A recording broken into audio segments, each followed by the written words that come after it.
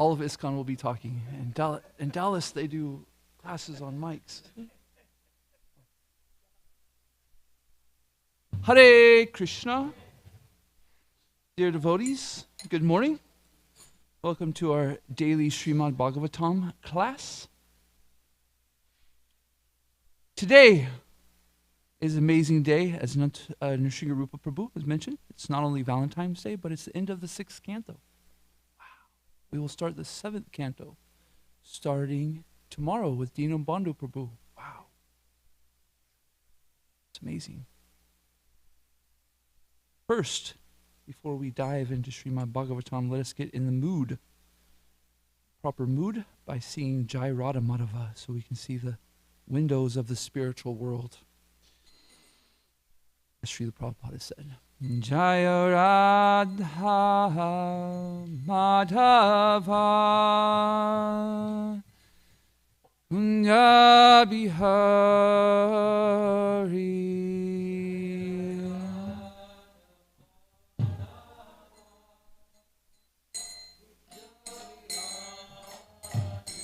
Jaya Radha Madhava Kunja Bihari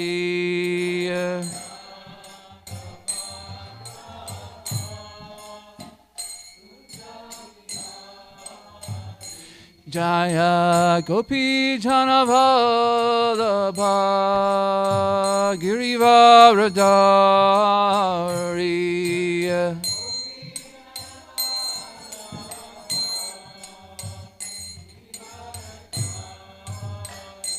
Jaya Gopi Janavallabha Girivaradari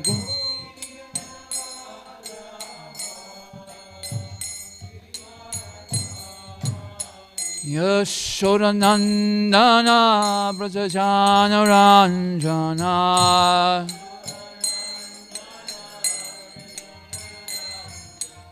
Yashodanandana Brajajana Ranjana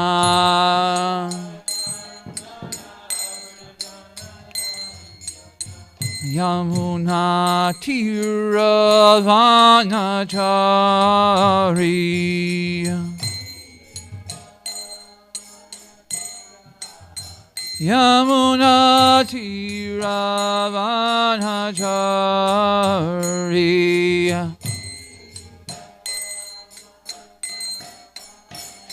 Jaya Radha Madhava Kunja Bihari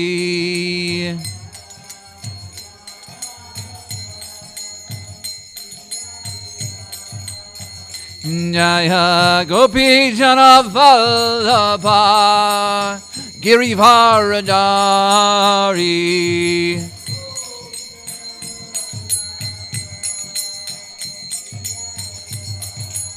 Yashodanandana Brajajana Ranjana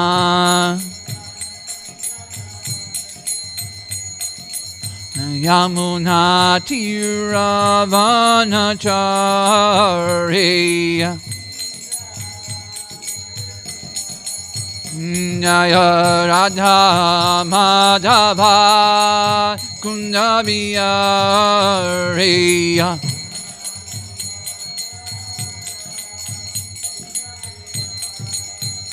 Hare Krishna, Krishna Krishna, Hare Hare, Hare Rama, Rama Rama, Hare Hare, Hare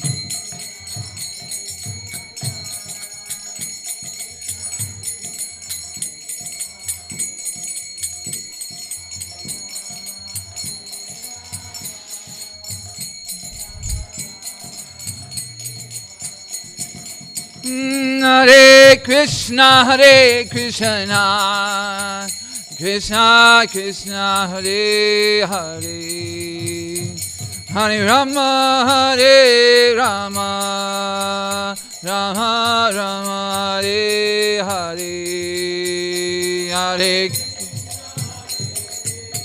Krishna.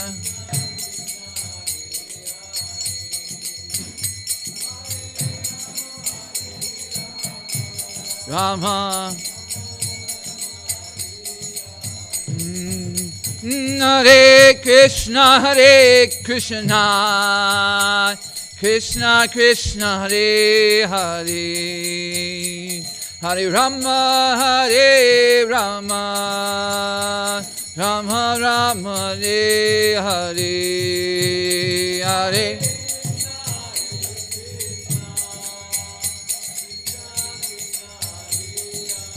Hare Hare. Rama. Jaya Radha Kalasanji, Radha Kalasanji, Shri Radhe.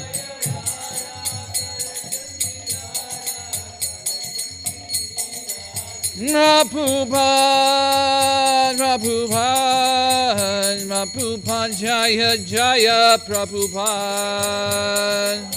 Prabhupada, Prabhupada.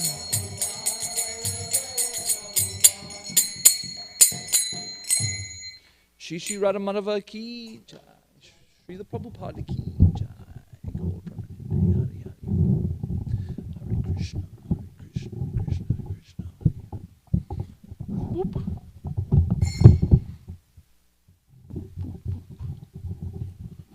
Hare Krishna.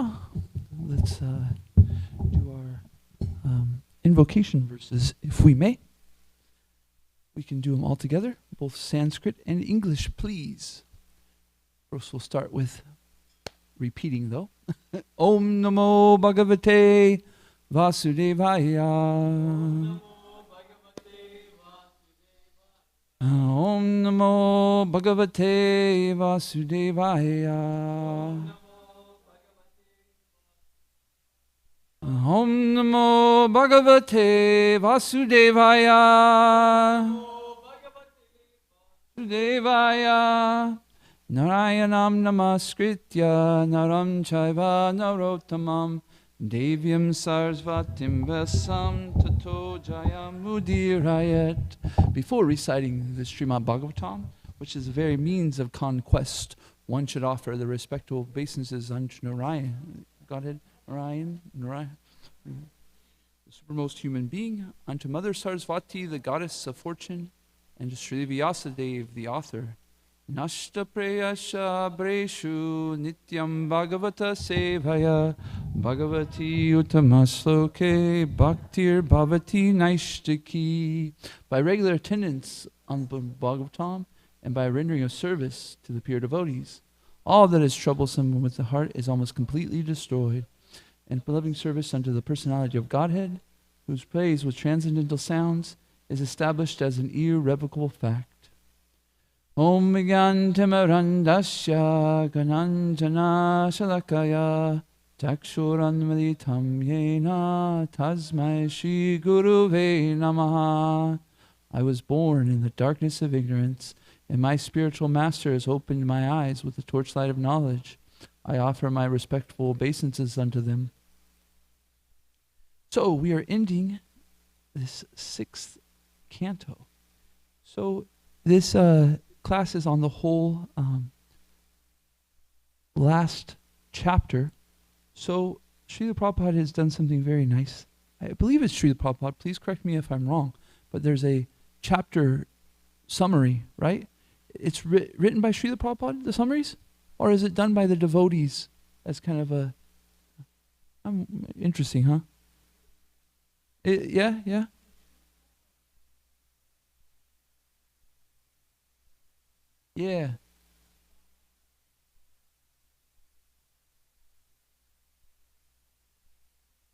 Mm-hmm.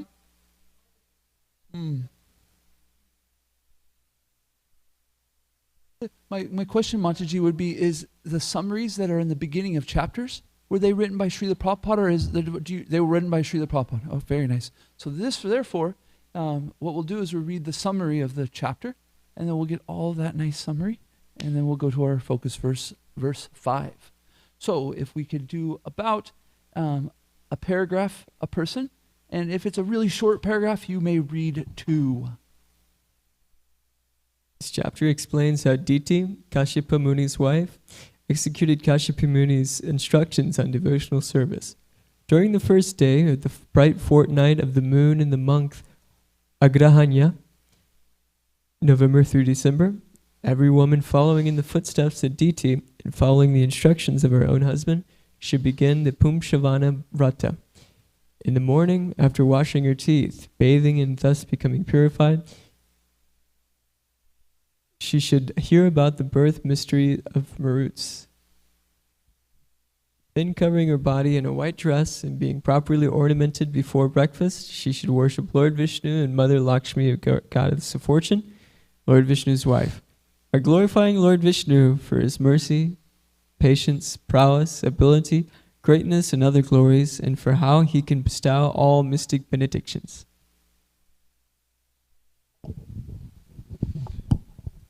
How far should I read? Until you feel uncomfortable. I'm just kidding, but yes. That might not happen. Okay. While offering, that is good.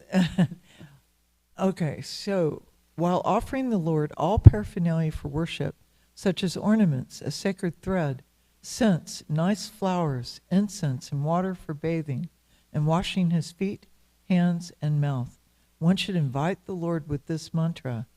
Together, Om Namo Bhagavate Mahapurushaya Mahanubhavaya Mahavibhutipataya Saha Mahavibhutibir Balim Aparami.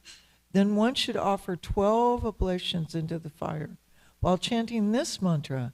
Om Namo Bhagavate Mahapurushaya Mahavibhutipataya Swaha. One should offer obeisance while chanting this mantra 10 times. Then one should chant the Lakshmi Narayan mantra. If either a pregnant woman or her husband regularly discharges this devotional service, both of them will receive the result. After continuing this process for 1 full year, the chaste wife should fast on Purnima, the full moon day of Kartik. On the following day, the husband should worship the Lord as before, and then observe a festival by cooking nice food and distributing prasad to the brahmanas. Then, with the permission of the brahmanas, the husband and wife should take prasad. This chapter ends by glorifying the result of the Pumsavana function. What was your guys' desire while you were chanting the mantras? Uh-oh. Were you being attentive in your mantra chanting? Okay, let's go to text 5, please. This will be our focus verse. Yatya tvam kripaya bhutya. Yatya tvam kripaya bhutya. Tejasya mahima jasya. Tajyasya mahimo jasya. Justa isha gunaya sarvais.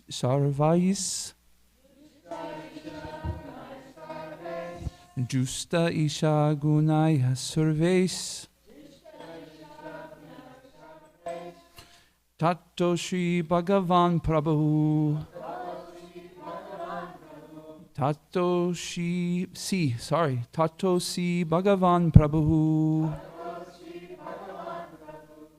Bolo, please. Yata tvam kripaya bhutya.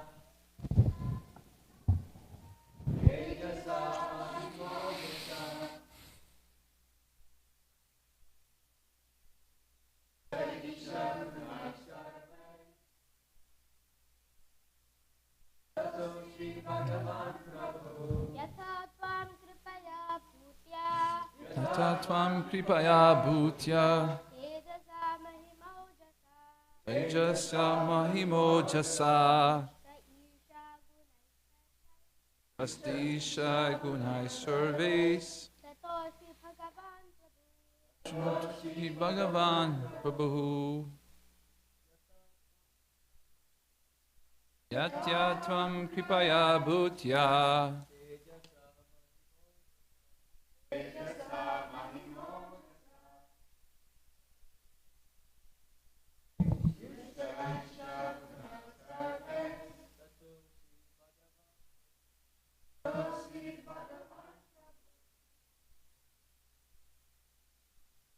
Yatya Tvam Kripaya Bhutya. Tejasya Mahimojasa. Pushta Isha Gunaya Sarves. Tato Si Bhagavan Prabhu. Let's do the word for word together, please. Yata, as, Tvam, you, Kripaya, with mercy, Bhutya, with opulence, Tejasa, the prowess, Mahima, Ojasa, with glory and strength, Justaha, endow, Isha, O my Lord, Gunai, with transcendental qualities, Sarvai, Alo, therefore, Asi, you are, Bhagavan, the Supreme Personality of Godhead, Prabhu, the Master. Translation and purport by His Divine Grace, A.C. Bhaktivedanta Swami, Srila Prabhupada Ki Jai. O my Lord, because you are endowed with causeless mercy, all opulences, all prowess, and all glories, strength and transcendental qualities, you are the Supreme Personality of Godhead, the Master of everyone. Please repeat, O my Lord, because you are endowed with causeless mercy, all opulences, all prowess, and all glories, strength and transcendental qualities, your Supreme Personality of Godhead, the Master of everyone. Everyone. Purport. Haribo. Thank you, Kalashanji, for being my master. In this verse, the words Tatyoshi Bhagavan Prabhu mean, therefore you are the Supreme Personality of Godhead, the Master of everyone. The Supreme Personality of Godhead is endowed with all 6 opulences in full, and moreover, He is extremely kind to His devotees. Although He is full in Himself, He nonetheless wants all the living entities to surrender unto Him, so that they may engage in His service. Thus He becomes satisfied. Although He is full in Himself, He nonetheless becomes pleased when His devotees offers Him patram, pushpam, phalam, toyam, a leaf, flower, fruit, or water, in devotion. Sometimes the Lord, as the child of Mother Yashoda, requests His devotees for some food, as if He were very hungry. Sometimes He tells His devotee in the dream that His temple and His garden are now very old, and that He cannot enjoy them very nicely. Thus, He requests the devotee to repair them. Sometimes He is buried in the earth, and as if unable to come out Himself, He requests His devotees to rescue Him. Sometimes He requests His devotees to preach His glories all over the world, although He alone is quite competent to perform the task. Even though the Supreme Personality of Godhead is endowed with all possessions and is self-sufficient, He depends on His devotees. Therefore, the relationship of the Lord with His devotees is extremely confidential. Only the devotee can perceive how the Lord, although full in Himself, depends on His devotees for some particular work. This is explained in Bhagavad Gita 11:33, where the Lord tells Arjuna, Nimitya matram bhava savyasya chin. O Arjuna, merely be an instrument in the fight. Lord Krishna had the competence to win the battle of Kurukshetra, but nonetheless, He induced His devotee Arjuna to fight and become the cause of victory. Sri Chaitanya Mahaprabhu was quite competent enough to spread His name and mission all over the world, but still He depended upon His devotee to do this work. Considering all these points, the most important aspect of the Supreme Lord's self-sufficiency is that He depends on His devotees. This is called his causeless mercy. The devotee who has perceived his causeless mercy of the devotee who has perceived this causeless mercy of the Supreme Personality of Godhead by realization can understand the master and the servant. Srila Prabhupada ki jai. Wow, what a purport. We have the devotee, and there's Krishna, and there's the relationship.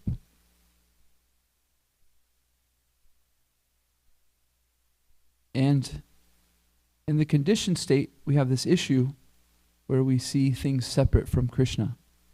And therefore we're conditioned and are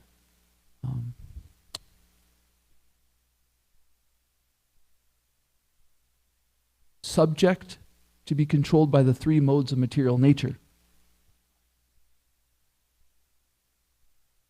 So we are always controlled. We always have a master. In one state, in the conditioned state, our master, she's very tough. She has a trident with 3 points, poking us. She really wants us to poke us and put us to the right direction of Krishna, but unfortunately in our conditioned state, we do everything we can to put our head in the sand and ignore the fact that there is Krishna. But in the other state, we are controlled also. But we're controlled by Krishna. We're controlled by the desire and the love of what does Krishna want. And as devotees, in this practicing of Krishna consciousness, that's where we're trying to get, right? We're trying to get controlled by Krishna, you know? And that's a process. Because in our conditioned state and then coming to Krishna consciousness, at first we flicker back and forth. You know, Krishna sounds awesome, let's try it. But I remember, that Maya was so sweet. Oh, actually, I try it and it wasn't so sweet. So go back to Srila Prabhupada. I'm forgetting where he says it, but he says that renunciation is natural for the soul. So in a conditioned soul, we'll even have a tendency to renounce Krishna because we're idiots. Excuse me, I'm an idiot. I'm an idiot, not you guys, Prabhus. Yeah. So, wow, this Krishna consciousness is nice. Let me go try Maya. Oh wait, So this is using renunciation improperly, and it causes often a consequence for that, right? But the consequence when we come to Krishna is that a very nice consequence, because we get purified of that state by just sticking ourselves in the fire and remaining there, by continuing to do our service, by continuing to do our best to become Krishna conscious. We stay in that fire and the purifications start to come out. They start to burn away. So we less and less stop dipping our toe into that wrong pool. And we continue to dip our whole being into the right pool of Krishna prema, hopefully. We're getting there, right? That's where we're going. So, this Krishna consciousness is just so powerful. It's so powerful that not only are we on a pathway to become purified and become pure devotees of the Lord and pure service and understand sincerely and purely who our master is, that this Krishna consciousness is so strong that even others who come in contact when we're doing our best in trying this become purified. It's pretty amazing.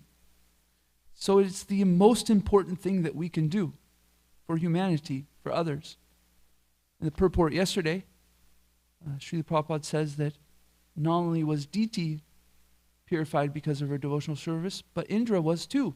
Just Indra being in contact with Diti's service, he became purified. So can we please become Krishna conscious so that we can help every living entity by just doing our duty, doing our work, and actually contacting people with Krishna consciousness? I know what you're saying. Some of you. But I'm so here, even if I'm in Krishna consciousness, I don't see, how am I really making impacts on people? That's not your job. That's not your job. That's not your job to try to see the impact that we're making in life. Our job is to be Krishna conscious and be so confident in the words from our acharyas and from Krishna that simply by doing our duty in Krishna consciousness, it becomes devotional service, and anybody who comes in contact with it makes progress. Just do it. Stop. Throw down your misconceptions. Throw down your tendency to be conditioned and, I'm going to say this one way and then I'm going to switch to another way, to be careful. Throw away your conditioning that I'm so materially inclined. If I do devotional service, my devotional service isn't like that, right? No, have so much confidence in this Krishna consciousness that we are making a huge impact. My other point, what I wanted to say, because we do have our great acharyas that do talk about and do great prayers about, I'm fallen, I'm so conditioned, right? So let's not throw away that completely. Let's make sure that we are being authentic in ourselves and that we're not creating a mood that is not conducive to our Krishna consciousness, because sometimes we can stick in that mood of I'm so fallen, even I can't do any devotional service. Anybody I come in contact with is not only becoming Krishna conscious, they're actually going the other way, right? Okay, I'm not saying, yes, let's be humble, right? But the humility is that it's not you. Your Krishna consciousness that purifies other people and makes devotional service, it isn't you. It's Krishna. Krishna is the one who we come in contact that purifies ourselves and others. So,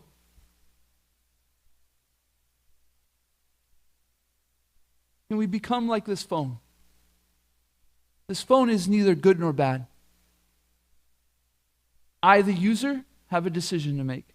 I can use it in this way or that way, right?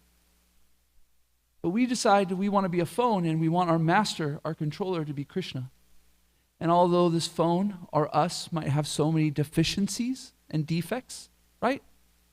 Our master is amazing. Even a broken phone, he can use. He will fix it and make it perfect.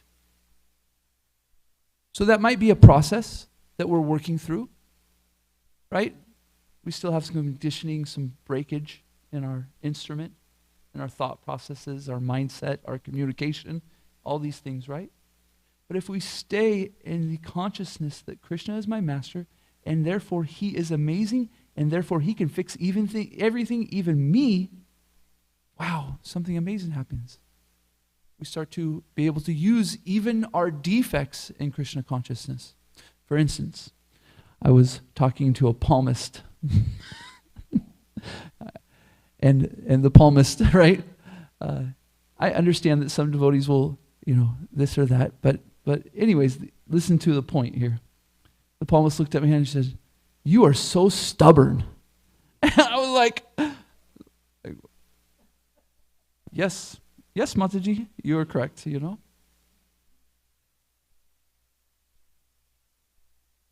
Over time, I had to I'm facing that. I'm stubborn. But I want to use my stubbornness for Krishna consciousness. Wow, how do I do that? Well, I read this thing. This thing popped up. I felt like it was Krishna's mercy. And it said, basically, don't be stubborn, be convicted. Have conviction. And I said, this is how I can use my stubbornness for Krishna consciousness. I can become convicted, have conviction that Krishna is my supreme Lord, that he is my master, that this process is absolute, and by sticking with it and doing the right thing, then I will become purified. And I'm very stubborn. So sometimes I can use that as a lot of conviction. But the thing is that I have some impurities in me still. So sometimes I can see it in the light of stubbornness when I'm in lower consciousness, and then when I'm in higher consciousness, I can use it in conviction. And that's actually Krishna's mercy too, that when I do get the realization, Nanda Braja, you're being a little stubborn, or a lot stubborn. Let's shift this. Let's shift this. Let's try to see this in a right perspective, that instead of being stubborn, maybe we can be convicted, have conviction in the words of our acharyas and Krishna consciousness, to see this in a way that I can use that energy in the proper mood. It's very, very helpful.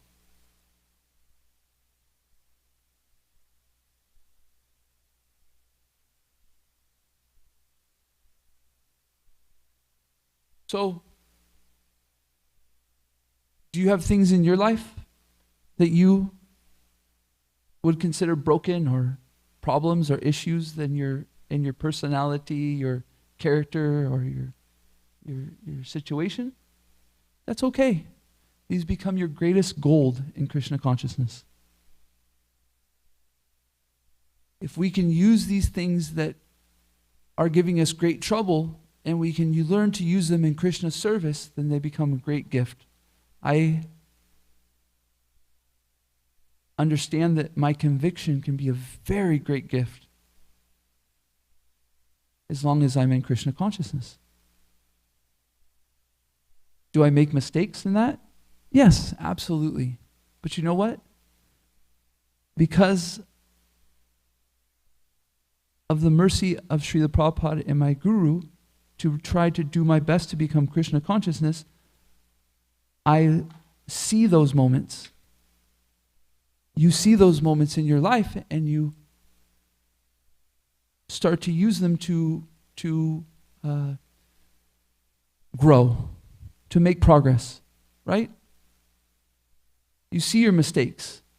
Oh, next time I'm in that situation, my stubbornness wasn't so conducive to my Krishna consciousness. Let me be convicted, have conviction. Convicted. It sounds like you're going to jail. I might be using that wrong. Let me have conviction. Let me have conviction that Krishna consciousness is the best situation, and that my Supreme Master is in complete control, and I might be in the fog of war and be delusioned at the moment, but if I set myself in the moment that Krishna will surely save me and protect me, then things will clear up, right? And then at least for me, I have a tendency not to maybe say the thing that I shouldn't say or do the thing I shouldn't do. I step back and I go, okay, I can see things a little bit more clearly.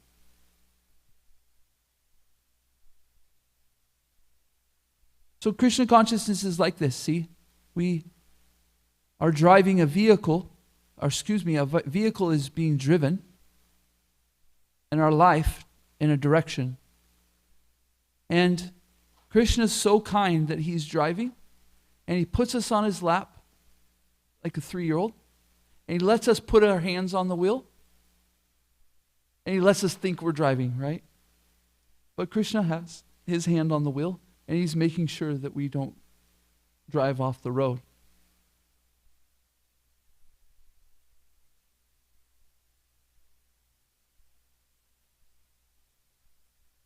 Arjuna is showing this in Bhagavad Gita, right?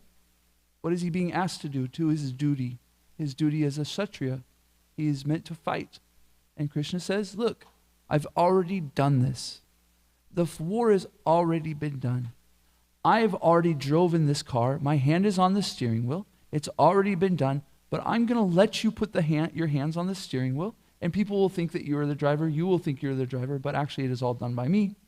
You will be glorified. You will be doing the right thing, but know that I am the doer. Know that I am the one who is inspiring you. I'm the one who's really fighting. So in our life, we also can do our duty. We can read Bhagavad Gita, we can read Srimad Bhagavatam, and we can get out of the conditioned state that these things can't be used in Krishna consciousness. I can't use this from Krishna service, and I can. I can use this in Krishna service. I was talking to Chaitanya Chandra Prabhu the other day, and we were talking about Bhagavad Gita, and I was saying that, one of the, this main idea that Arjuna is to do his duty, and his duty by doing it in Krishna consciousness is devotional service. And yet, sometimes in the conditioned state, we see that our duty isn't service. But isn't that what so he was telling me, he was like, this is because we need to become educated. We do need to, as devotees, become educated so that we can see the things in the right light. That your service is your duty, and by doing it for Krishna, it becomes just as much as the Sachi Sutta Prabhu up here on the altar offering arti. With a smile. Look at that smile. You can do your duty with a smile. Yes, I know sometimes it's tough, right? Because we're in a state where we might be around people that are really punching at us in so many different ways. If it's not mental, it's manipulation and these things and yada, yada, yada. And it can be tough. The thing, though, is that if we can stay in conviction that this is our duty and we are doing it for Krishna, those things will be our greatest assets. These people that are giving us a hard time will be able to become purified that much closer. As a matter of fact, in our Krishna consciousness, they will become purified. So, in Krishna consciousness, your enemy at the office can become purified. Just like Diti, in her devotional service, her own son, Indra, is trying to kill her kids, and he becomes purified. Can you imagine that your enemy is trying to kill your child? We can't even imagine it, really, right? I mean, we can kind of maybe go a little bit there, but eventually our mind goes, nope, I don't even want to think about it. It's so horrible. But because of Diti's devotional service, Indra, did I say Arjun earlier? Indra became purified. It's amazing. That's how powerful Krishna consciousness is. So let us be tools for Krishna. Let him be the driver of our life that is taking us to the most perfect destination of the spiritual world. Let's understand that he's letting us put our hands on the wheel. And if we feel like we're going through a dark, dark forest at the middle of the night and we have fear, yes, it is scary. It is tough. It is not easy. But let's know that our master has the wheel fully, and he will steer us in the right direction. We just need to have that conviction and that confidence. And we'll see it. And when we see it, you know what happens? Our love for Krishna deepens because our trust becomes even more. Oh, wow, Krishna is real. Right? You ever have this experience, Mother Kunti, that you go through something, it's tough in life, and you see after some point, oh, Krishna was really there to help, and your love just deepens with him? Yeah. It's like that, right? I don't know what's going on. I'm in the fog. I'm like bewildered. I'm like, hey, Hare Krishna, Krishna Krishna, Hare Hare, Hare Ram, Ram Ram, Hare Hare. Krishna, I do not know what's going on. I'm just doing the best I can. Let me just become Krishna consciousness. The next day, boom, some realization comes. Oh, Krishna was with me the whole time. Right? And I'm like, I'm like, yes, that blue boy is real. And he is in my life, and he's making an impact in a major way. And I'm becoming more Krishna conscious. And then when I chant, Hare Krishna, Krishna Krishna, Hare Hare, Hare Ram, Ram Ram, Hare Hare, I get a little bit more conviction that he is in his name. And that when I say this Hare Krishna Maha Mantra, he is there. And it starts feeling a little bit better, and a little bit better, and a little bit better. It is 8:18. Please, devotees, what is your comments, questions, thoughts, corrections? Let's discuss. You go first because you're my scholar. Hare Krishna. Hare Krishna. Thank you, Nanda Braj Prabhu, for yet another very powerful, insightful, analytical class. I love your classes. Thank you, Papaji. You're very kind. And the takeaway message from today's class for me personally was, let's become the tool at the hands of Krishna. Thank you for bringing up that theme. You know, we can have whatever little minute impact, in our surround, just like Indra got affected positively. Right. So am I. And there are various tools I see around. Each one of you, like your classes, you are the tools. You create an impact in our consciousness. So I can just go on talking about Mother Kunti, her service, loving service to Tulsi, and our temple president's very humble attitude always, right? So many things I can talk about my wife also. But you are very Krishna conscious, Prabhu. If you can see everything in your wife good, then you're Hare Krishna. But by the way, that's not any slight on your wife. I'm saying from us as men anyway. So, oh my gosh. But I would like Happy Valentine's Day. I'd like to take this opportunity today to glorify Mother Tulsi, Mother Lalita Priya? Lalita Sundari, sorry. Lalita Sundari. Today happens to be the 28th anniversary. So, yeah. Huh? 12. Oh, somebody said 20th. Okay, 12. Okay. 25? Congratulations. 12? Yeah, so we see It's eternal. a tree is known by its fruits, right? The quality of the fruits. We see the kids, they're so much absorbed in Bhagavatam. But I would like to make a point here. We should not forget the sacrifices made by Mother Lalita Sundari. She is PhD, materially so highly qualified. She could have very well, gone outside and gotten a job. But she chose to, give that up, just for the sake of raising her children in Krishna consciousness. And and they're doing homeschooling and they're doing wonderful. Prabhuji has been, we don't have to talk about, everybody knows, right? Oh my gosh. So thank you very much for creating that impact in everyone's life. Haribo. I really, if I might, Gokul and Nanda Prabhu, I appreciate your mood so much. You're very kind. You see, it is real that you see every good aspect of devotees, and it's very sweet. Your point that is in the particular point that you made about different tools. We're different tools. And so sometimes we get caught up in our activity of being a tool, right? I'm this kind of person. I do this. This is my service. This is the tool that I am for Krishna. And we look at other tools and we go, that tool is not right. But that's that's silly. A hammer doesn't look at a screwdriver and say, you're not a tool. It's just a different tool. So in Krishna consciousness, we really, this is such a good perspective that if we can see others as tools for Krishna, and I'm trying to be a tool, and this tool is we can respect the fact that everybody has their own service, their own nature, their own duty. And we can support each other in that. Sometimes when somebody else's duty or the tool they are conflicts with us, and we think they're wrong. You're not a tool for Krishna. Because if you're a tool for Krishna, you'd be a tool like me, right?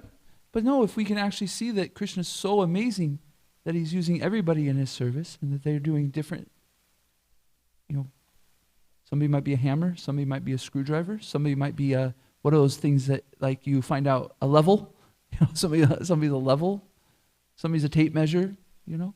Anyways, all these different things. And just because I'm a tape measure and you're a hammer doesn't mean that I'm a good tool and you're a bad tool. We are all.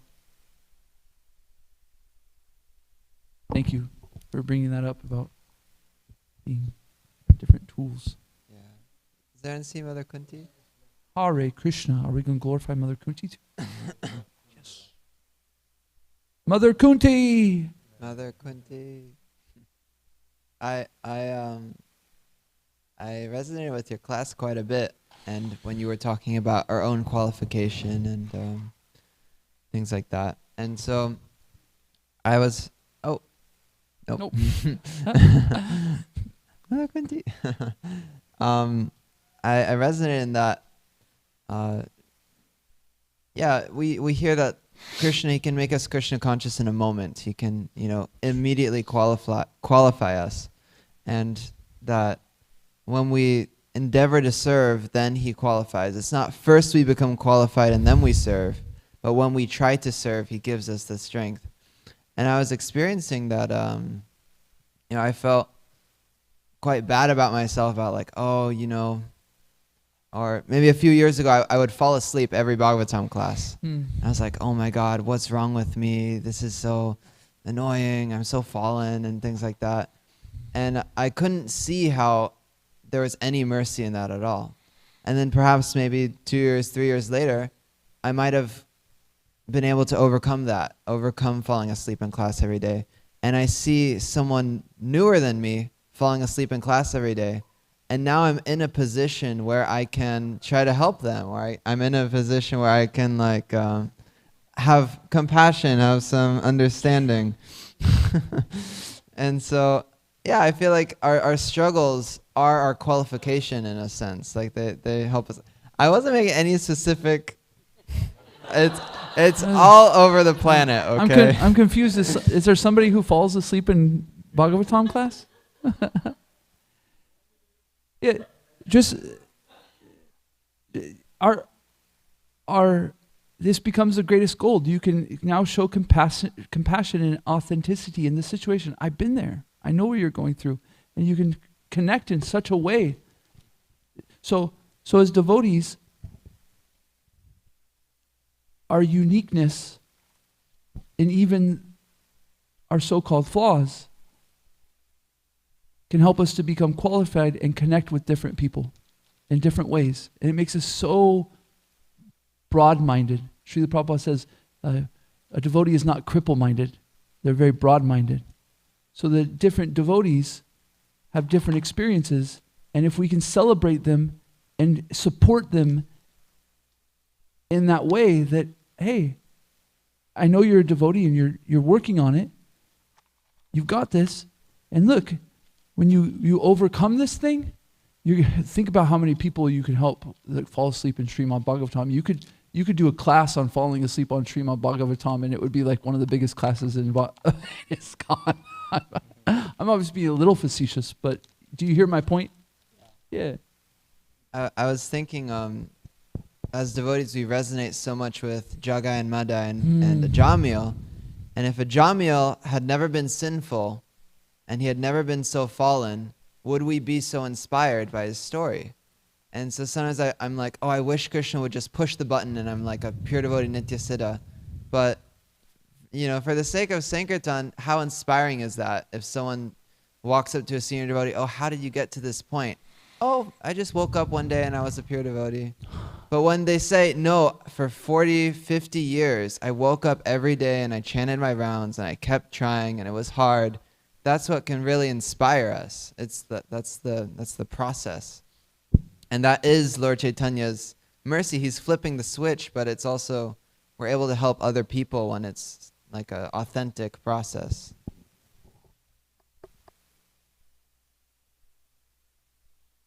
Thank you, Trista. Hare Krishna, Hare Krishna. Thank you for class, Prabhu. But this is a continuation, though, the question from yesterday's.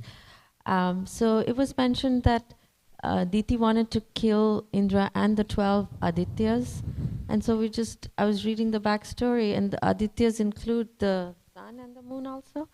So my question is, I mean, I haven't read it all or even remember if I have, but Kashyapa was on planet Earth, right? Or was he not? Diti, Aditi, Kashyapa, were they all here? And if they were, then how, like the sun and the moon, like Yes. I know we can't understand, but still I want to understand. I will move to Gokulananda Prabhu. Or Prabhupada Priya Prabhu. Very much more qualified to answer this detailed question than me.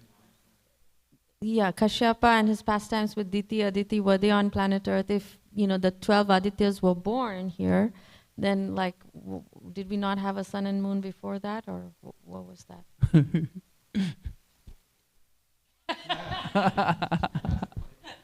I'm just thinking like their first son was, Hiranyakashipu and Hiranyaksha were kings, right? Were twins. And during the time of Hiranyaksha, the earth went out of orbit, right? So it seems like they weren't on the earth. If the earth was drowning in the Garbhodak ocean, they must have been on another planet. They must have been somewhere else where they had like a proper footing, they could. So that's the only thing I can think of to indicate their whereabouts. Thank you for being such a nice tool for Krishna, Mother Prabhupada Priya Prabhu. Look at who's our Brahmanan that can give us context. Even It's amazing, right? even it is mentioned in Oh. Srimad Bhagavatam, Chitraketu, Maharaj Chitraketu was on Siddhaloka planet. He was, Gandharva Loka. Just on this topic. I was curious because we do see that like on Earth there are like ancient sites, or like I think it's called a Hobalam or something like that, and it's where Lord Nrsingadev appeared, and he appeared in Hiranyakashipu's palace at the same time. So that would indicate that Hiranyakashipu's palace was on the planet Earth, in which Lord Nrsingadev appeared. But I'm sure it's also like multi-dimensional, several planes of existence and things like that. But maybe anyone has a thought. In one of the kalpas, there is a place in Pakistan currently. So that place also called Multan. So that place also is said to be the place where in one of the kalpas Lord Nrsingadev appeared. This is Multidimensional. Also, like the demigods, they have their residences in the heavenly planets, like on Swarga. And then they also all have their abodes on top of Mount Meru and in Bhuloka. And, so they have different places where they live. And yeah, it's complicated. there's this thing called the willow chip that they had to shut down because it started to prove some things that they just didn't understand. There was patterns being done that at first looked like just jumble, and they started realizing it was pattern. And so some speculation is that this chip was starting to see different dimensions, and they were like shutting it down. We're not ready for this. I know this. Yeah. It's really quite interesting to look at it. That our science, that the scientists might actually catch up to some of these things that prove our Vedic science and help us even. Anyways, I'm sorry if that was weird. I know we're out of time, but I just wanted to add to Oh. a short sentence to that, and then Nrsimha Prabhu had something. Yes. And then if there's time, I have something else. But just to add to this, I listened to a class by His Holiness Ramapad Swami Maharaj like a year or two ago, and it was about Lord Nrsimhadev's appearance day. But he made the point that sometimes we get the impression that there was no Nrsimhadev, and then he appeared out of the pillar, and now there's a Lord Nrsimhadev, And he said, but he is eternally existing. He said he is present everywhere at all times. He was never unmanifest, but he's present. He's present everywhere at all times. And I just thought that was a nice way of reframing the mind work on that.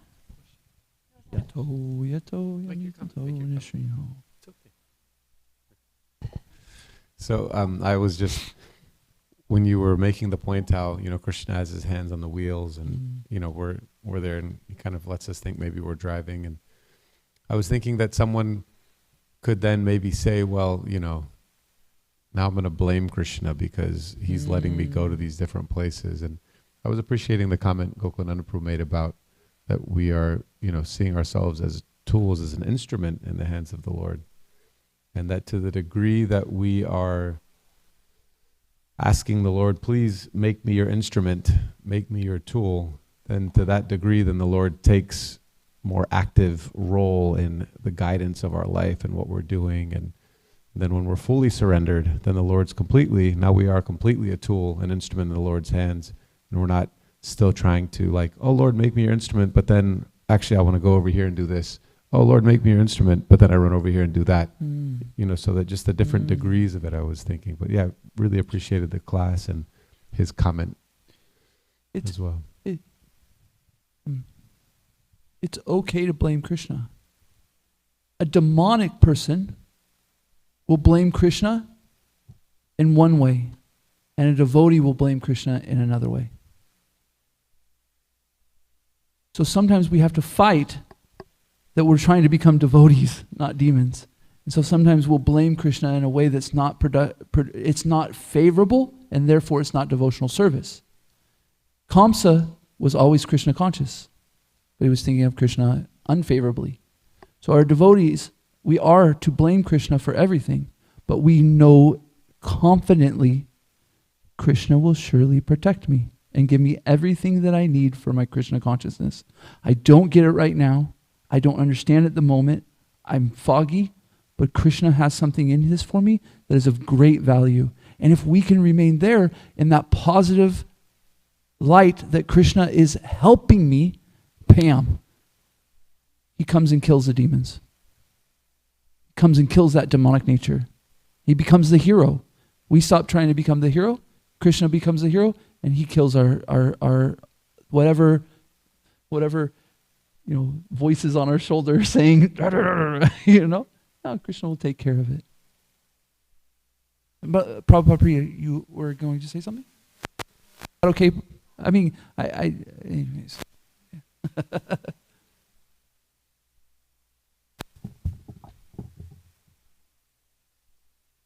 Can I add just one more thing, Prabhupada Priya? So the word blame, if as devotees we can adjust our paradigm of what blame means, because we hear blame and automatically that comes with negative connotations, right? But as devotees, if we can look at it like in this transcendental thing that that when I say I blame Krishna, maybe it doesn't mean like this negative tone. It just means that I know that Krishna is the source, So we can paradigm shift to the sense of blame being something as a devotee, that Krishna is in control and that he is, whereas the demon he has a different mindset of what blame means. Hare Krishna. Hare Krishna. Yeah, I've been doing these readings of Napareham in the evening, and even the gopis blame Krishna. Right? They're like, you just ditched us here in the middle of the night in the forest all alone. This is, how could you? We've given up everything for you. We've dedicated our lives to you, sacrificed so much for you, and this is how you treat us. What kind of a lover are you? It seems that you're just indifferent, you're ungrateful, and they make all these accusations. And then, so Krishna, he has to explain himself, and they're actually really infuriated with him. And he's like, actually, I just did all of this to try to increase your love for me. And then they don't accept it immediately, but after a while, they realize that. And then he says that, so they say, oh, is this how you make people love you? Is you put them in so much pain and suffering and agony, and then somehow love is supposed to come out of that? And then he says it's like a person who was poor and then got some wealth and then lost it. That they stay hankering for the wealth, or they're just thinking of nothing but the money and what they've lost. And then I lost my train of thought. Oh, he says that actually he's more present in the separation than he is in the meeting. So yeah, I was thinking that that's something that's very relevant to us, because many of us all of us, practically, we've made so many sacrifices for Krishna. We've dedicated our lives to Krishna. We've done years or decades of service for Krishna, and yet we can still have like big problems in life and think, Krishna, I've done so much for you, and this is what you do to me. This is what you're putting me through. What kind of, Lord are you? You totally don't care about me and all this. So, I've been praying and praying. You're not answering my prayers. What's wrong with you? Don't you see what I've done? And you're doing nothing for me. So it's very similar. But like what Krishna tells the gopis is that those moments where we're really feeling like that Krishna's not there, he's actually more present with us during those moments because the separation is so intense. Whereas everything's hunky-dory, yeah, Krishna's cool, he's providing everything for me. Then we kind of like, just go on with our lives and Krishna's there, but he's not so intensely there as when he's not there, I think that's the best comment to end with, because that is transcendental Valentine's. And so we hear about the transcendental Cupid, Sri Sri Radha Kalashanji, that knows how to perfectly use love. Wow. Srimad Bhagavad Gita ki jai. Srila Prabhupada ki jai. Gaur Pramanande Hari Hari Bol. Oh, I'm sorry. Probably not even online anymore. I just wanted to share something I read because it makes me happy when I get to do that with all of you.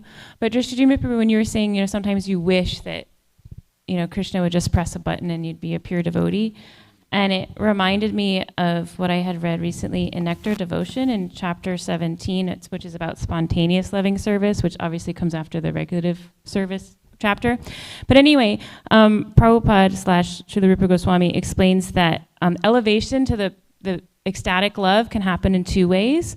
One way is by constant association with pure devotees, and the other way is by the special mercy of Krishna, or the special mercy of a pure devotee. And that mercy can come through a look, a glance, or speaking. But then he gives the example of like the constant association of regulative devotional service is Narada Muni, how he was constantly serving the pure devotees, and then he was elevated. And then the spontaneous was Prahlad, that in the womb of his mother, Narada Muni just spoke, and he became a pure devotee. So we are so fortunate because we keep having such wonderful pure devotees come here, and we can just hear from them and serve them. So I just thought that was nice, especially since we're all so excited that His Grace Dinabandhu Prabhu is coming. Hare Krishna.